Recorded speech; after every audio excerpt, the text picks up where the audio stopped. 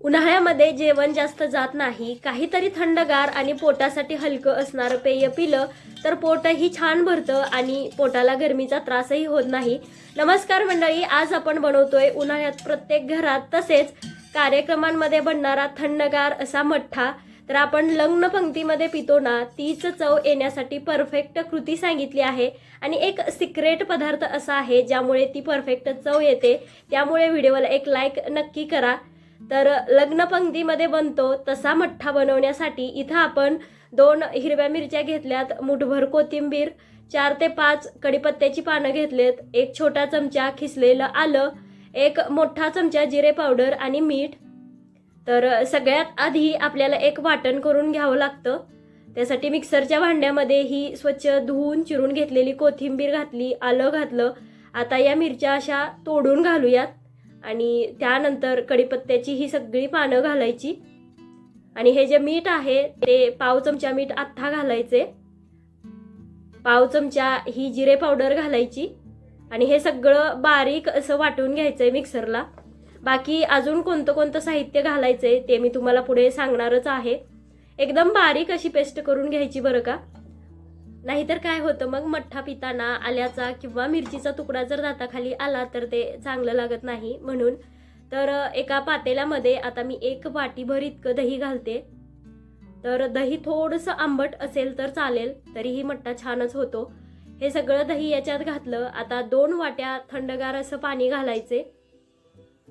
ज्या वाटीने दही घेतलंय त्याच वाटीने 2 वाट्या पाणी आत्ता घातलंय आणि अजून पुढे आपण थोडंसं पाणी घालणारच आहोत। आता हे पाणी दह्यामध्ये घातल्यानंतर थोडंसं घुसळून घ्यायचं आहे।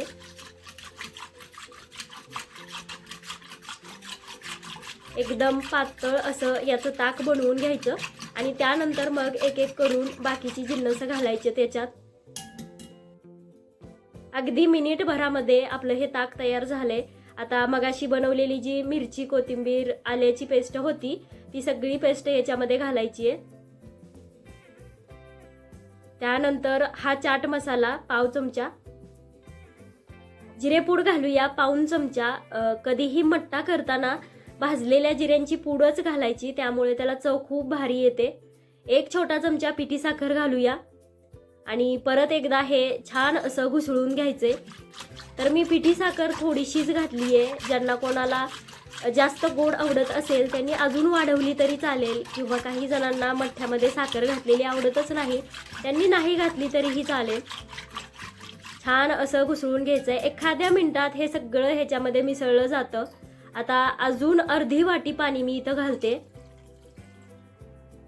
मी तुम्हाला म्हणलं होतं ना एक असा पदार्थ घालणार आहे त्यामुळे खूप छान अशी चव येणार आहे मठ्ठ्याला, अगदी लग्न पंक्तीमध्ये येते ना तशीच। तर त्यासाठी पाव चमचा काळं मीठ घातलं, परत एकदा ढवळून घेतलं आणि आता अर्धी वाटी हे बर्फाचे तुकडे घालूयात। जर कोणाकडे बर्फाचे तुकडे नसतील त्यांनी अर्धी वाटी पाणी घातलं, त्याऐवजी 1 वाटी पाणी घातलं तरीही चालणार आहे। तर 1 वाटी दह्यासाठी 3 वाट्या पाणी घातलं तर एकदम परफेक्ट कन्सिस्टन्सीचा आपला मठ्ठा तयार होतो, कारण हा थोडासा पातळच छान लागतो त्यामुळे। तर इथं आपला एकदम जबरदस्त चवीचा पोटाला थंडावा देणारा मठ्ठा तयार झालाय। थोडक्यात तुम्हाला या मठ्ठ्याच्या आपल्या शरीरासाठी असणारे फायदे सांगते।